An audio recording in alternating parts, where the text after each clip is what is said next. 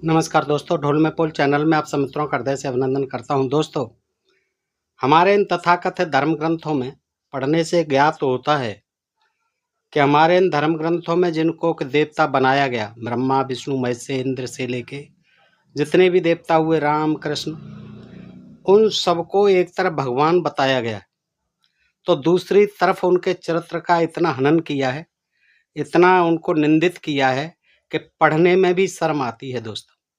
लेकिन पढ़ना तो पड़ेगा जब लिखा हुआ है, ताकि हम जान सकें कि इन तथाकथित देवी देवताओं का चरित्र कितना पतित था। ये लोग जो है किस तरह से समाज में अपने चरित्रहीनता का परिचय देते रहते थे दोस्तों। और ये हम नहीं कहते, ये धर्मशास्त्र ही कहते हैं, जिनको धर्मशास्त्र कहा जाता है। ये एक तरफ तो विष्णु का अवतार बताते हैं, राम को और कृष्ण को, दूसरी तरफ इनके चरित्र को इस तरह से बिगाड़ के रख दिया है कि पढ़ने में भी संकोच होता है दोस्तों। और पढ़ना इसलिए जरूरी है कि आप जान सकें कि इन शास्त्रों में किस तरह की भगवानों के बारे में, ईश्वरों के बारे में, इन तथाकथित देवी देवताओं के बारे में कैसी कैसी विचित्र बातें लिखी हुई हैं। दोस्तों, श्री कृष्ण के बारे में बहुत सी बातें सुनी होंगी कि वो माखन चुराते थे बचपन में, फिर थे गोपियां जो जाती थी उनसे मक्खन और वो छुड़ा करके गगरी वो खा जाते थे, मक्खन मिश्री वगैरह जो बेचने जाती थी। तो ये तो छुटपुट कहानियां थी, लेकिन आगे चलकर वस्त्र हरण करते हैं वो, और फिर रास लीलाएं रचाते हैं। 16,108 रानियां होती हैं, जिनमें के 8 पटरानियां होती हैं। और वो पटरानियां जो है, कुछ तो पटरानियां जो है भगा करके लाई थी, जैसे रुक्मिणी आदि। कथित धर्मशास्त्रों में जो लिखी हुई हैं कहानियां, उनको पढ़ करके हम लोग विश्वास नहीं कर पाते कि किस तरह क्या ये इतने महापुरुष होते हुए भी, जिनको कि हम भगवान मानते हैं, श्रद्धा के साथ पूजते हैं इन्हें, इनका चरित्र इतना गिरा हुआ होगा। सोचने की बात है दोस्तों। आज आप स्वयं देखेंगे, आपने आज तक नहीं सुना होगा, लेकिन आज मैं बताऊंगा आपको कि श्री कृष्ण भी मदिरापान करते थे अपनी सब रानियों के साथ, और फिर कैसे उनका जो है बीच में पुत्र आ जाता है। जाम्बवती से पैदा हुआ था।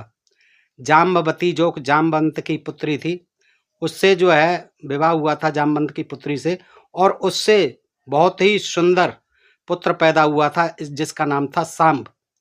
तो फिर सांब ने ऐसा क्या किया जिसके के कारण श्री कृष्ण को, अपने लाडले पुत्र को, कोढ़ी होने का शाप दे दिया। तो दोस्तों, ये कहानी बड़ी विचित्र है। कई पुराणों में है, जैसे स्कंद पुराण में है और पद्म पुराण में भी है, और एक दो पुराणों में और है। लेकिन आज मैं आपको भविष्य पुराण के हवाले से ये कथा सुनाता हूं दोस्तों। ये देखिए, अपनी रानियों को और अपने पुत्र सांब को श्री कृष्णचंद्र ने क्यों शाप दिया। ये जो है राजा कह रहे हैं, और सुमंत मुनि बता रहे हैं। राजा ने पूछा है, सुमंत मुनि ने बताया है दोस्तों। ये बड़ी रोचक कहानी है और आपको एक नई जानकारी मिलेगी, अतः आप इसको ध्यान से सुने और पूरा सुने दोस्तों। कि राजा का वचन सुन सुमंत मुनि कहने लगे कि 12 आदित्य, यानी 12 आदित्य सूर्य जगत में प्रसिद्ध हैं। उनमें से विष्णु नाम का आदित्य श्री कृष्ण रूप से जगत में उत्पन्न हुए।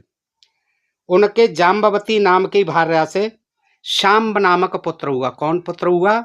शाम्ब नामक। किससे? जाम्बवती नाम की भार्या से। तो वह पिता के शाप से कुष्ठी हो गया, कोढ़ी हो गया। तब वह सूर्य नारायण की आराधना कर रोग से मुक्त हुआ। देखिए, श्री कृष्ण का पुत्र है और शाम जो है उसको कोढ़ी होने का शाप दिया कृष्ण ने, वो कोढ़ी हो गया। और फिर उससे कैसे मुक्त हुआ? उसने सूर्य नारायण की जो है मंदिर बनवाया, फिर उसकी पूजा प्रतिष्ठा की, तब जाके उसका कोढ़ जो है सूखा। तब वह सूर्य नारायण की आराधना कर रोग से मुक्त हुआ। सुमंत मुनि आगे कहते हैं कि हे राजन, इसी प्रकार नारद मुनि भी सब ऋषियों को साथ लेकर श्री कृष्ण भगवान के दर्शन के लिए कभी कभी द्वारका में आया जाया करते थे।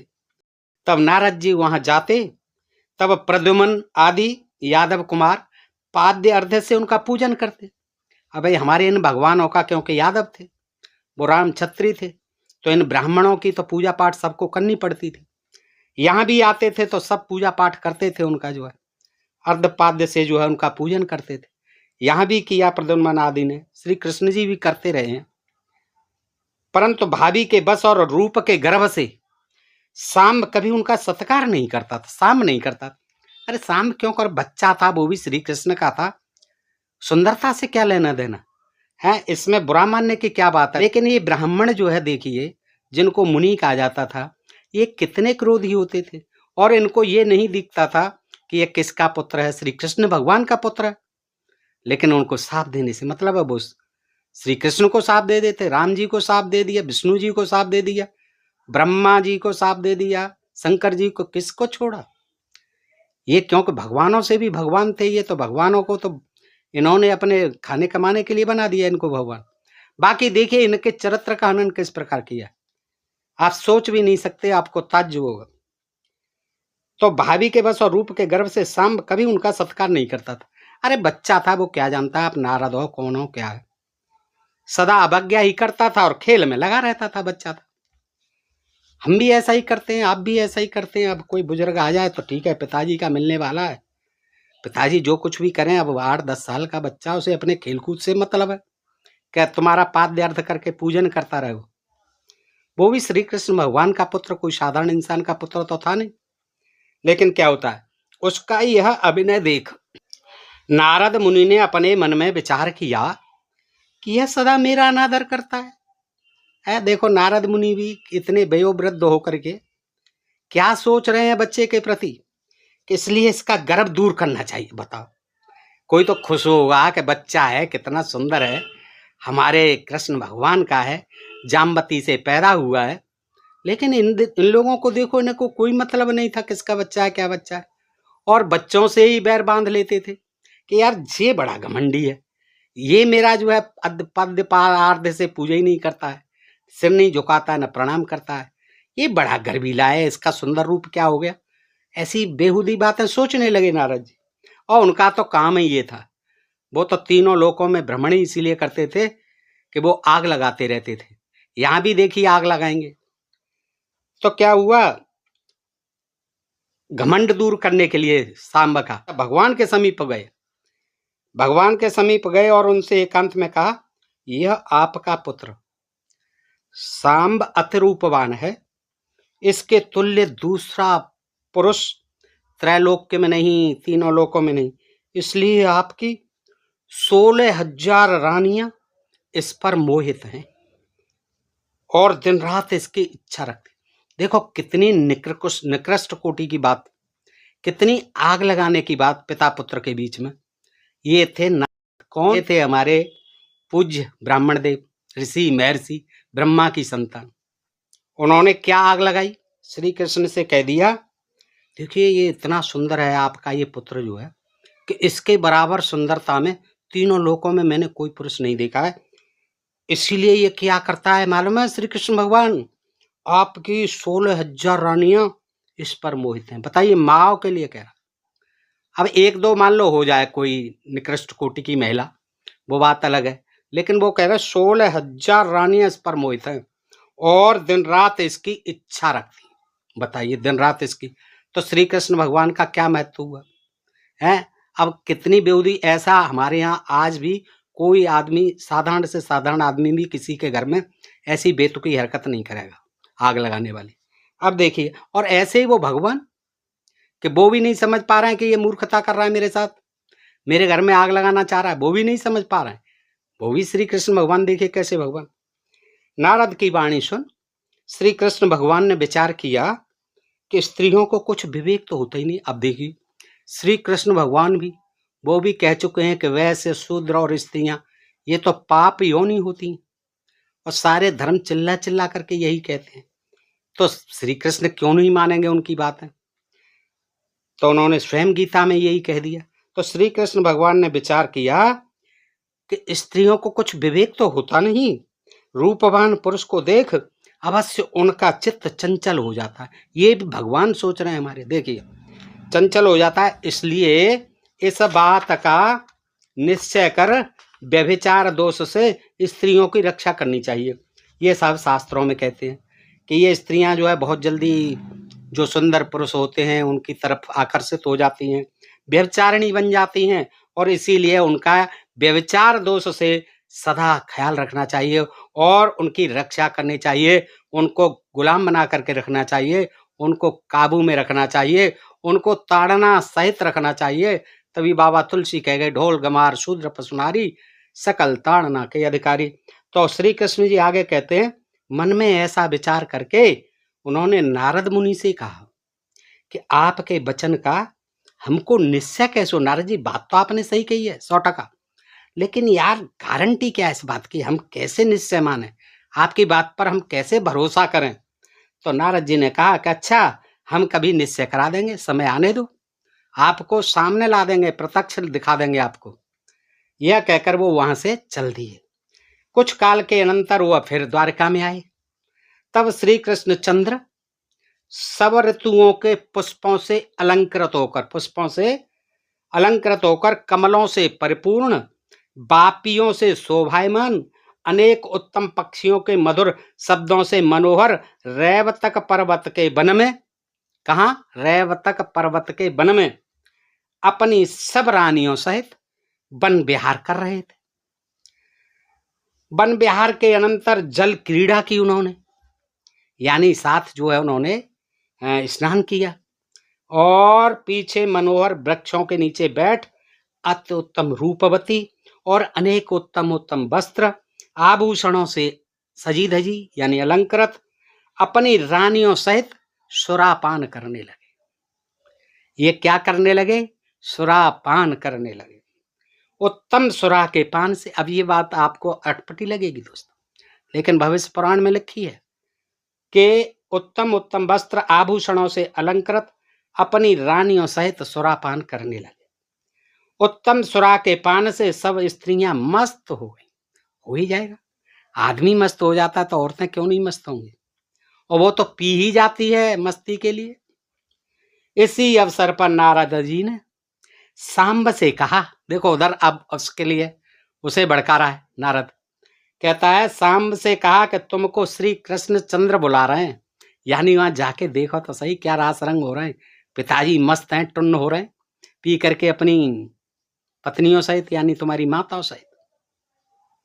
अरे यहाँ क्या देख रहे हो तुम बैठे बैठे, उधर जाके देखो, श्री कृष्ण जी बुला रहे हैं आपको, कह दिया बच्चे को, सांब को। तो नारद जी की बात सुन, बच्चा है, उन्हें क्या देखता हूं पिताजी क्या कर रहे। सांब श्री कृष्ण भगवान के समीप गया और प्रणाम कर सम्मुख खड़ा हो गया। प्रणाम किया पिताजी को। वह नारद का छलना, वो क्या समझे, जब श्री कृष्ण नहीं समझ रहे हैं पिताजी, जो त्रैलोक के भगवान है, अंतर्यामी परमेश्वर हैं, वो नहीं उसकी चाल को नारद की क्यों समझ रहे हैं, तो ये बच्चा क्या समझेगा। पहुंच गया, प्रणाम किया, प्रणाम पिताजी। वो छल नहीं समझ सका।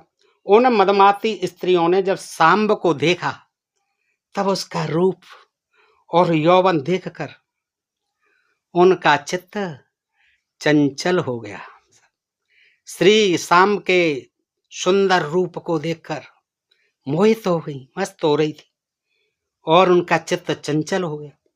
मद्यपान से लज्जा तो रहती नहीं, बिल्कुल ठीक है, बेशर्म हो जाता है आदमी, निर्लज्ज हो जाता है पीने के बाद। ऐसे ही श्री कृष्ण भी निर्लज्ज हो गए, रानियां भी सब निर्लज्ज हो गई।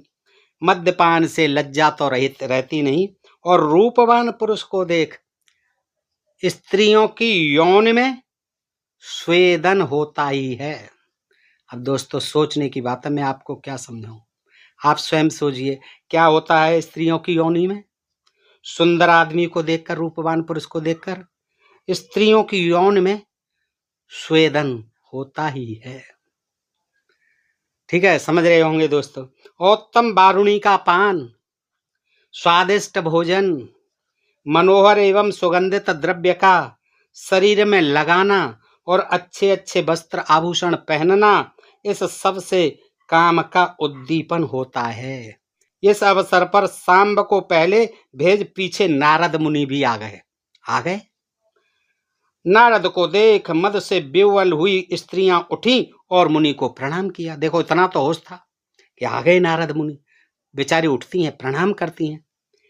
हाँ, श्री कृष्ण भगवान ने भी देखा कि सांब को देख, श्री कृष्ण भगवान ने भी देखा कि सांब को देख सबका स्वेद स्खलित हो गया है। कपड़े खराब, सबका स्वेद स्खलित हुआ है और वस्त्रों से पार होकर वस्त्रों को भेदन करता हुआ उनके आसनों पर गिर गया है, दिख गया उनको, सब कुछ माल मसाला टपक गया है उनका, आसन गीले हो गए, वस्त्र गीले हो गए। ये श्री कृष्ण ने अपनी आंखों से देखा। बस श्री कृष्ण भगवान ने ये देखा तो बहुत क्रोध आया, और स्वाभाविक है क्रोध आना, बस श्री कृष्ण भगवान को क्रोध आता है, स्वाभाविक था क्रोध आना। तो रानियों को वो शाप देते हैं कि तुम्हारा हमको छोड़ दूसरे पुरुष में आसक्त हुआ। उनको कहना तो ये चाहिए कि हमको छोड़ हमारे बेटे में, यानी तुम्हारे बेटों में, तुम्हारे बेटे में, सबके बेटा है वो, साम पुत्री सबके समान पुत्र ही हुआ। जाम्बती का था तो क्या था, सबके लिए ही पुत्र हुआ। तो उनको कहना था तुम्हारा चित्त हमको छोड़ दूसरे पुरुष में आसक्त हुआ, कहना था बेटे में आसक्त हुआ, इसलिए तुमको पति लोक और स्वर्ग की प्राप्ति अब नहीं होगी। तुम्हें न पति लोक मिलेगा न स्वर्ग की प्राप्ति होगी, और अंत में चोरों के बस में पड़ोगी। देखिए जिनको लाए थे वहां उस राजा के यहाँ से निकाल के, वो गोपियां क्या थी, सारी भीलनियां थी। तो वो क्या कहते हैं, अब तुम्हें सबको चोरों के हाथ जो लुटना पड़ेगा। सुमंत मुनि कहते हैं कि हे राजन, उसी शाप से श्री कृष्ण भगवान जब बैकुंठ चले गए, उसके उपरांत तो उन स्त्रियों को अर्जुन के साथ भेज दिया था। देखते देखते चोर ले गए थे, आ गए थे भील। तो समय समय की बात है, समय बड़ा बलवान, और भीलन लूटी गोपिका, वही अर्जुन वही बन। अर्जुन का एक पेश बस नहीं चला। श्री कृष्ण भगवान संदेश दे गए थे कि द्वारका से आप उनको हस्तिनापुर ले जाइए, वहां सुरक्षित रहेंगे, लेकिन रास्ते में ही भील मिल गए, और भीलों ने श्री अर्जुन की एक नहीं चलने दी और सबको चुरा ले। तो ये साप का कारण बना था। उन स्त्रियों को साप देकर अब नंबर आया सांब की तरफ, उन्होंने मुख किया। तो सांब को भी साप दिया कि तेरा अति सुंदर रूप देख इनको क्षोभ हुआ, यानी ये मोहित हुई, बेचारी विकल हो गई, बेचैन हो गई, चंचल हो गई। अबे तेरा इतना सुंदर रूप क्या है यार, इसने तो सत्यानाश मेरा ही कर दिया, इन रानियों का कर दिया, ऐसा भी क्या रूप है। तो सांब को भी साप दिया कि तेरा अति सुंदर रूप देख इनको क्षोभ हुआ, इसलिए तू कुष्ठ ही हुआ। तो दोस्तों ये कहानी मैंने आपके समक्ष रखी, बताइए ये कहानी आपको कैसी लगी। अच्छी लगी हो तो अपने मित्रों में अधिकाधिक शेयर करें दोस्तों, उनको भी बताएं कि श्री कृष्ण भगवान का किस तरह से इन पुराणों में, इन धर्म ग्रंथों में किस तरह से चरित्र हनन किया है, और ये समझ में नहीं आती है बात। तो दोस्तों अपने प्रिय चैनल ढोल में फूल को सब्सक्राइब करते हैं। फिर मिलते हैं ऐसे ही किसी प्रसंग के साथ अगले वीडियो में, तब तक हृदय से आभार, नमस्कार, जय भारत, जय इंडिया।